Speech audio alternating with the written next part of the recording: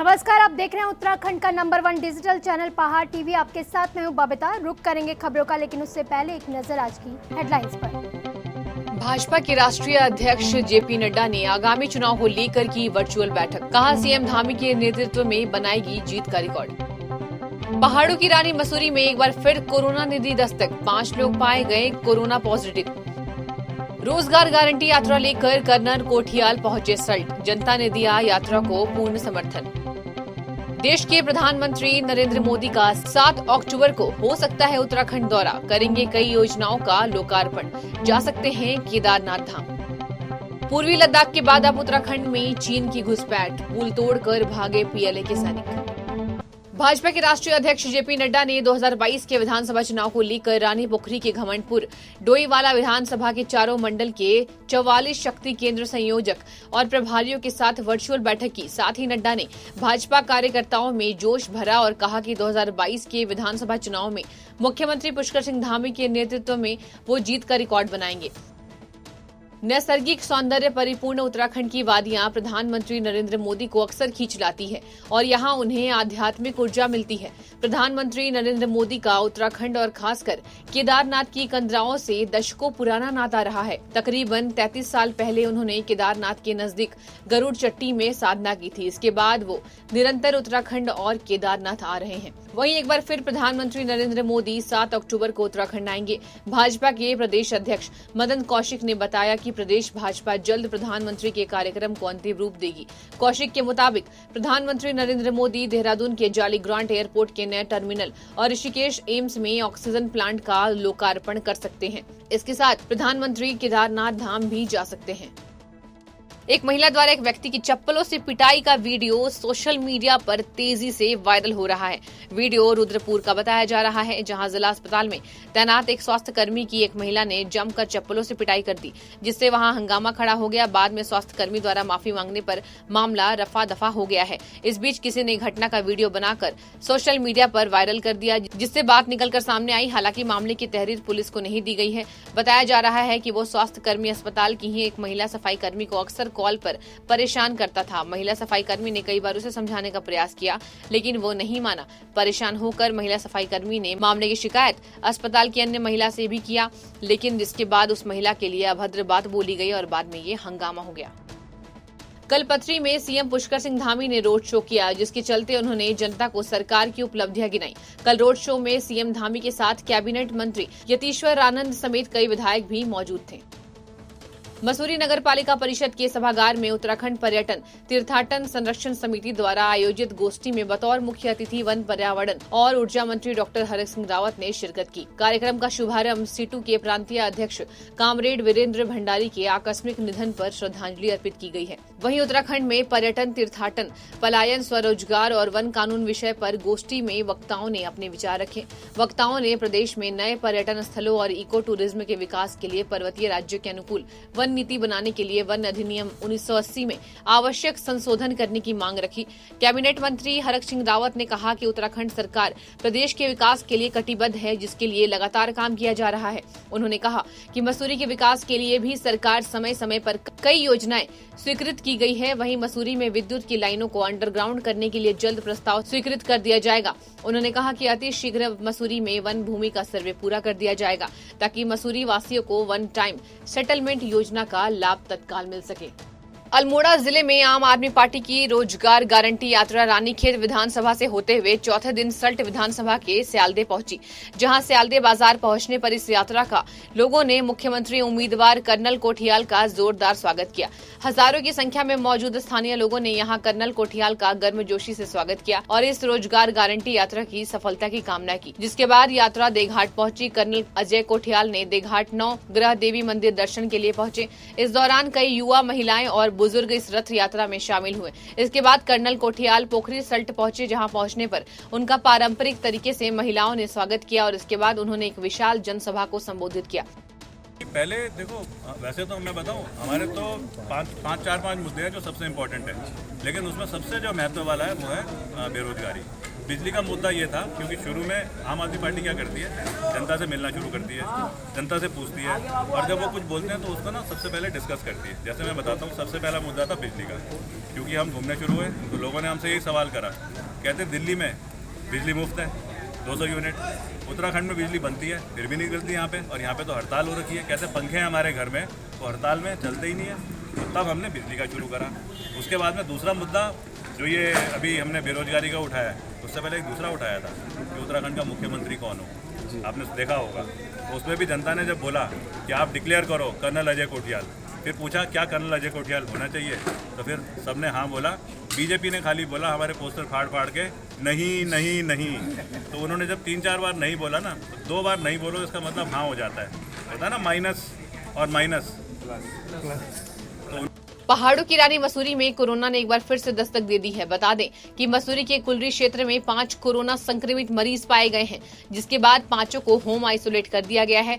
Corona की दस्तक के बाद प्रशासन, पुलिस और स्वास्थ्य विभाग पूरी तरह से अलर्ट हो चुके हैं। बीजेपी के उत्तराखंड प्रभारी दुष्यंत कुमार गौतम ने हरक सिंह रावत के इस बयान को अनुशासनहीनता के दायरे में माना है। उन्होंने कहा कि जिस तरह से घर के प्यारे बालक को डांट लगाई जाती है, उसी तरह से हरक सिंह रावत को भी डांट लगाई गई है। बता दें कि कैबिनेट मंत्री हरक सिंह रावत के विवादित बयान के बाद एक बार फिर से बीजेपी असहज नजर आ रही है। वहीं हरक सिंह रावत के दिए बयान पर बीजेपी प्रदेश प्रभारी दुष्यंत गौतम और प्रदेश अध्यक्ष मदन कौशिक भी बैकफुट में नजर आ रहे हैं। बीजेपी पदाधिकारियों का कहना है कि हरक सिंह रावत के बयान के गलत मायने निकाले जा रहे हैं। ये बात उन्होंने अलग परिप्रेक्ष्य में कही थी। सौंपने टिप्पणी नहीं है, उनका नेचर स्वभाव है ऐसा बात करने का। तो घर के अंदर होता है, एक आध बालक ऐसा भी होता है, तो उसको भी हमें संभालना होता है। मानते हैं गलत है ऐसी टिप्पणी करना अनुशासनहीनता तो है ही है, वो भी घर के परिवार के लोग हैं। क्या संज्ञान लिया जाए? पहाड़ों में हो रही बारिश से सभी नदी नाले इस समय उफान में हैं। नाले उफान में होने के बाद भी लोग पानी में मोटरसाइकिल, गाड़ियां निकालने में अपनी जान खतरे में डाल रहे हैं। पानी आने की वजह से दोनों तरफ लंबा जाम लग रहा है। बता दें कि रामनगर पाटकोट मार्ग पर तेड़ा गांव के पास मंदिर से पहले आने वाले रपटे में बारिश के कारण तेज बहाव आने से नाले में बाइक रपटे के नीचे नदी में गिर गई, जिसके बाद बाइक सवार 2 युवकों ने बमुश्किल कूदकर अपनी जान बचाई। बता दें कि गाड़ी तेज बहाव में बह गई है। बारिश में बिलों के पानी भरने और धूप निकलने पर उमस से सांप बाहर निकल रहे हैं। वहीं रामनगर में सर्प विशेषज्ञ चंद्रसेन कश्यप ने 16 फीट लंबा कोबरा सांप रेस्क्यू किया है, जिसके बाद बीती देर रात वन विभाग की टीम ने मदद से कोबरा को जंगल में छोड़ दिया गया है। बता दें कि रामनगर के सिमलखलिया गांव में 16 फीट लंबा कोबरा दिखाई दिया था, जिसकी सूचना लोगों ने सर्प विशेषज्ञ चंद्रसेन कश्यप को दी। कॉर्बेट पार्क के जंगल से सटे क्षेत्रों में गर्मी और बरसात में सरीसृप बाहर निकलते रहते हैं। बारिश में बिलों में पानी भरने, धूप निकलने पर उमस और भोजन की तलाश में अक्सर सांप बाहर निकलकर आबादी क्षेत्र में दिखाई देते हैं। ऐसे में रामनगर क्षेत्र और उसके आसपास के इलाकों में सांपों का दिखाई देना या घर घुस जाना आम बात है। चलते ग्रामीण क्षेत्र में, शहर के अंदर में काफ़ी अधिक मात्रा में सांप निकल रहे हैं, जिसको लेकर हमारी सेफ टेस्टिंग सोसाइटी आए दिन काम कर रही है। आज हमने कम से कम 16-17 सांप पकड़े, जिसमें कि किंग कोबरा और अन्य प्रकार की प्रजाति के हमने सांप पकड़े, जिसमें कि किंग कोबरा लगभग 15-16 फीट लंबा था। और अच्छा लगा हमें इस बात के लिए कि हमारे जो भी वन विभाग की टीम है हमारा बहुत सहयोग करती है। कोसी रेंज के हमारे ललित जोशी जी, वीरेंद्र पांडे जी आदि, ये लोग हमें समय समय पर गाड़ी उपलब्ध करा के सहयोग प्रदान करते हैं और सांपों को सुरक्षित रूप से जंगलों में आ जाते हैं। हम लोगों ने हिम्मतपुर ब्लॉक से और गाँव से कई जगह से अलग अलग स्थानों से घरों से पकड़े हैं और आज इनको जंगलों में आ जाती हैं। हमारा लोगों से कहना है कि कभी भी किसी घर में सांप निकले अपने आप को बचा के रखें और वन विभाग को तत्काल सूचना दें या हमारी सोसाइटी को सूचना दें।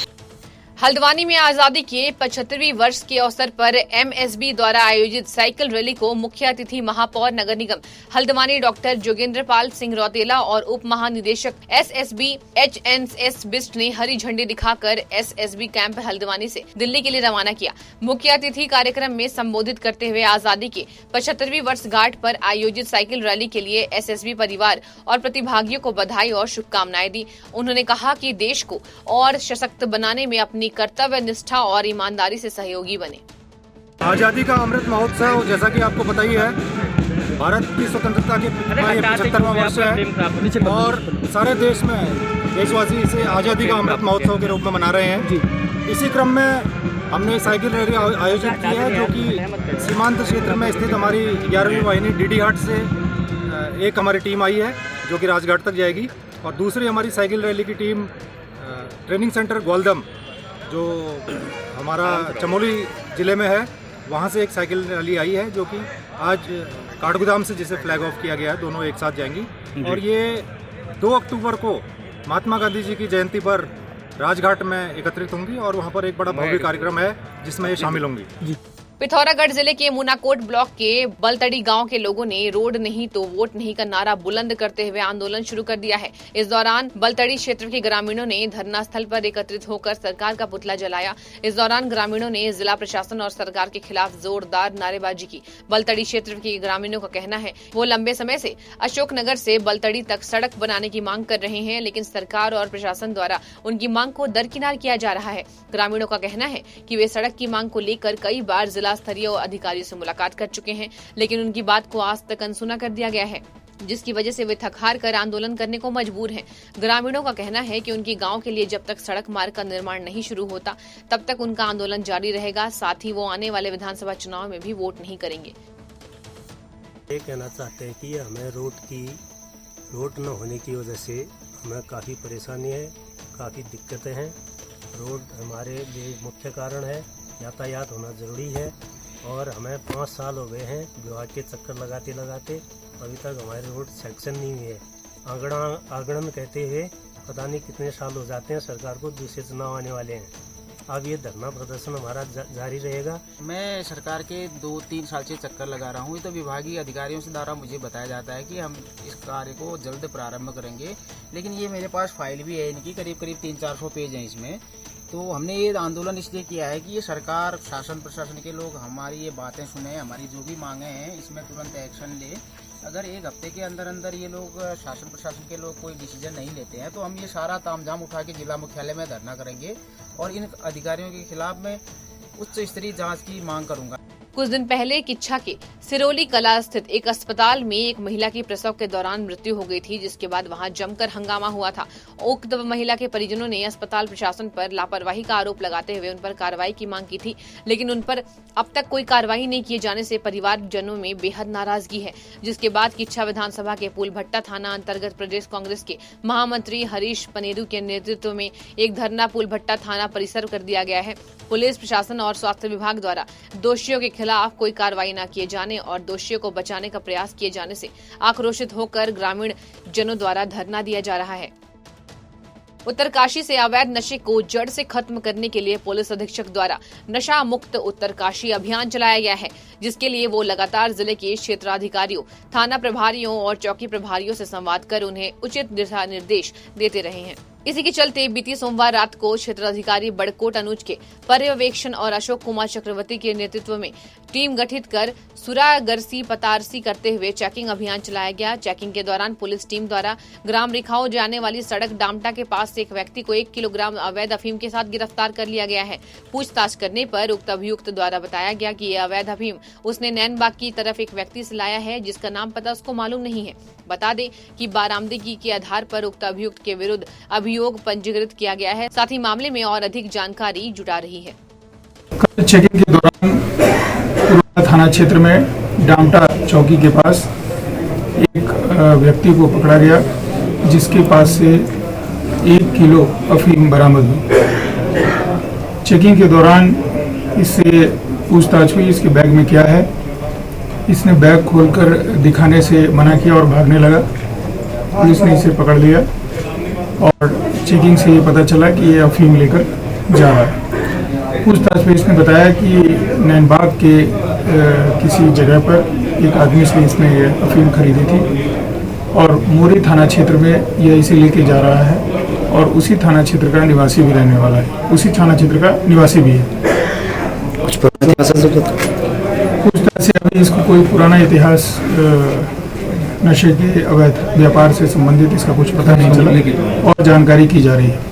इस अफीम की कीमत अंतर्राष्ट्रीय बाजार में लगभग 2.5 लाख रुपए है। अल्मोड़ा जिले के विकास खंड भिकियासैंण में गवर्नमेंट पेंशनर वेलफेयर ऑर्गेनाइजेशन का धरना लगातार 35 दिन भी जारी रहा। सेवानिवृत्त कर्मचारी ने तहसील मुख्यालय भिकियासैंण में सरकार के प्रति जमकर नारेबाजी की है। आंदोलन कर रहे सेवानिवृत्त कर्मचारी ने कहा, हम अब आर पार की लड़ाई के लिए तैयार हैं। जब तक सरकार हमारी मांगों को पूरा नहीं करती तब तक सकारात्मक निर्णय नहीं होगा और हम चुप नहीं बैठेंगे। बागेश्वर में अपनी मांगों को लेकर आंगनबाड़ी कार्यकर्ताओं ने प्रदर्शन शुरू कर दिया है। उनका साफ कहना है कि हर बार सरकार द्वारा उन्हें ठगा जा रहा है। कार्यकर्ताओं द्वारा विकास भवन पर धरना प्रदर्शन करते हुए सरकार के खिलाफ जमकर नारेबाजी की और कुछ देर के लिए बाल विकास विभाग में सांकेतिक तौर पर तालाबंदी भी की। परेशान आंगनबाड़ी वर्करों का कहना है कि 17 सितंबर को देहरादून में मुख्यमंत्री धामी से वार्ता हुई थी, जिस पर उन्होंने कैबिनेट के सामने कार्यकर्ताओं की बात रखने का आश्वासन दिया था, जो कि उन्होंने नहीं किया। कार्यकर्ताओं ने कहा, जब तक मानदेय नहीं बढ़ेगा तब तक वो अनिश्चितकालीन कार्य बहिष्कार कर रहेंगी। यहाँ पर मंत्री जी ने हमें आश्वासन दिया है कि कैबिनेट में आपकी मांगे रखी जाएंगी और आपका वेतन में बढ़ोतरी की जाएगी, लेकिन कैबिनेट की बैठक में हमारे लिए कोई भी निर्णय नहीं किया गया। इस कारण हमें पूरे उत्तराखंड में अभी हमने आज अपने पूरे ऑफिस में तालाबंदी की हुई है, क्योंकि एक आंगनबाड़ी कार्यकर्ती का मतलब जो भी गृहस्थी है एक सिर्फ आंगनबाड़ी के इसी से चलती है। कोई परित्यागिता है, कोई विधवा है और कोई तलाकशुदा है। जिस समय उनकी नियुक्ति की जाती है बीपीएल परिवार से लिए जाते हैं और 3-3, 4-4 कभी तो 6-6 महीने में हमारा मानदेय आता है, जिससे हमारे घर का, हमारे बच्चों का भरण पोषण नहीं हो पाता है। क्योंकि मंत्री जी हमारी जो रेखा आर्या जी हैं वो सिर्फ यही बोलती हैं कि बस हाँ बढ़ जाएगा बढ़ जाएगा बढ़ जाएगा, और अभी तक हमको 1 रुपया नहीं दिया है। बढ़ने को तो रक्षाबंधन का भी 1000 जो मुख्यमंत्री सर ने बोला था वो अभी तक नहीं आया है। कोविड का इतने हमारी लड़कियों ने इतना काम किया कोविड में, वो पैसा नहीं आया है। 5 महीने तक उन्होंने बोला था कि 2-2 हज़ार रुपया आपको दिया जाएगा, वो नहीं आया है। मानदेय नहीं आता, कुछ नहीं, बस काम करो, ऑनलाइन काम करो, दिन भी रात भी काम करो। करना चाहती हूँ मुख्यमंत्री सर से मैं ये बोलना चाहती हूँ कि हम जितनी भी आंगनबाड़ी कार्यकर्ती हैं 100 में से 80% जो है बीपीएल परिवार से हैं। तो हमारा ध्यान रखते हुए हमारा मानदेय बढ़ाया जाए और हम नशा मुक्त जनपद पौड़ी गढ़वाल अभियान के तहत जनपद में अपराधों की रोकथाम, नशा, मादक पदार्थों और ड्रग्स की बढ़ती प्रवृत्ति पर प्रभावी अंकुश लगाए जाने और अवैध तरीके से नशीले पदार्थों का क्रय विक्रय करने वालों के विरुद्ध प्रभावी चेकिंग अभियान चलाया जा रहा है। प्रभावी निरीक्षक कोटद्वार नरेंद्र सिंह बिस्ट और प्रभारी CIO विजय सिंह के नेतृत्व में टीम गठित की गई। गठित पुलिस टीम द्वारा थाना क्षेत्रांतर्गत कॉर्बेट होटल तिराहा गालागढ़ रोड पर चेकिंग के दौरान एक व्यक्ति की कब्जे से 560 ग्राम अवैध चरस बरामद कर उसे गिरफ्तार कर लिया गया है और साथ ही अभियुक्त के खिलाफ थाना कोटद्वार पर अभियोग पंजीकृत किया गया। सोमवार को 75वां आजादी का अमृत महोत्सव सबका साथ सबका विकास सबका विश्वास सबका प्रयास के उपलक्ष्य में शासन के निर्देशानुसार कचरा पृथक के क्रम में नगर पंचायत पोखरी की मोहल्ला स्वच्छता समिति और पर्यावरण मित्रों द्वारा वार्डों में घर जाकर लोगों को जागरूक करने का प्रयास किया गया है। इस अवसर पर नगर पंचायत अध्यक्ष पोखरी लक्ष्मी प्रसाद पंत, अधिशासी अधिकारी संजय रावत और निकाय के अन्य सभी कर्मचारी गण उपस्थित थे। आम आदमी पार्टी डोईवाला विधानसभा निरंतर तेजी से मजबूत होती जा रही है। मंगलवार शाम मिलन वेडिंग पॉइंट बालावाला में आयोजित कार्यक्रम में केजरीवाल की नीतियों से प्रभावित होकर बड़ी संख्या में कांग्रेस नेताओं ने आम आदमी पार्टी का दामन थाम लिया है।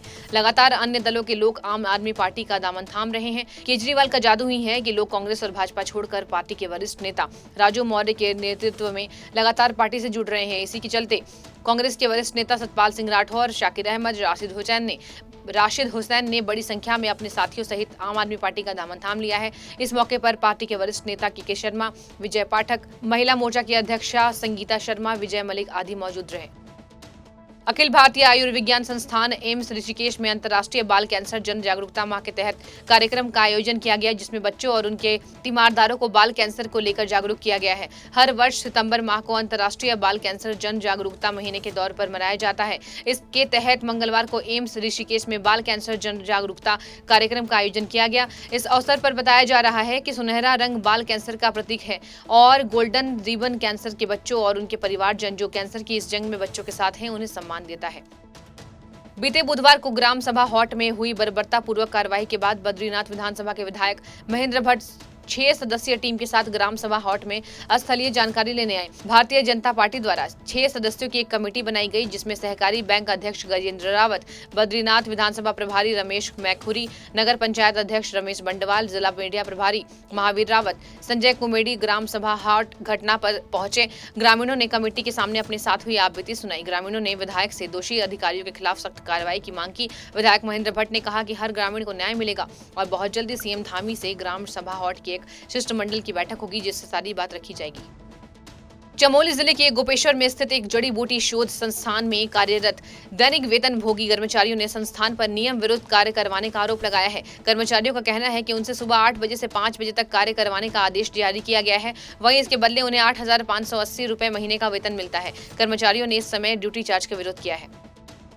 प्रदेश संयोजक पाठक ने कालाढूंगी विधानसभा के कटघरियाउर में बैठक का आयोजन किया, जिसमें पनियाली ग्राम सभा के युवाओं और महिलाओं ने बढ़ चढ़कर हिस्सा लिया। वहीं प्रदेश संयोजक पाठक ने प्रधानमंत्री के किए गए कार्यों की सराहना करते हुए इस बार विधानसभा चुनाव में पनियाली वासियों से भाजपा अब की बार 60 के पार का संकल्प भी लिया। वहीं एक विकलांग बालिका को व्हीलचेयर भी दी गई। वहीं महिलाओं ने भी प्रदेश संयोजक पाठक के कार्यों की सराहना की। पहाड़ टीवी में फिलहाल के लिए बस इतना ही। उत्तराखंड की बड़ी और तमाम खबरों के लिए आप देखते रहिए पहाड़ टीवी। नमस्कार। है बेखौफ उम्मीद का रंग।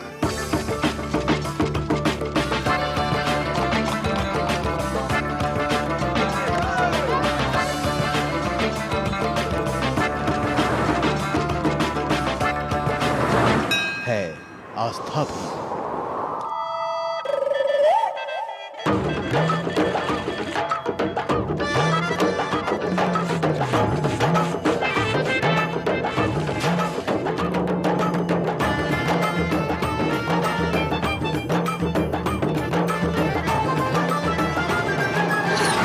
ये है मेरा उत्तराखंड।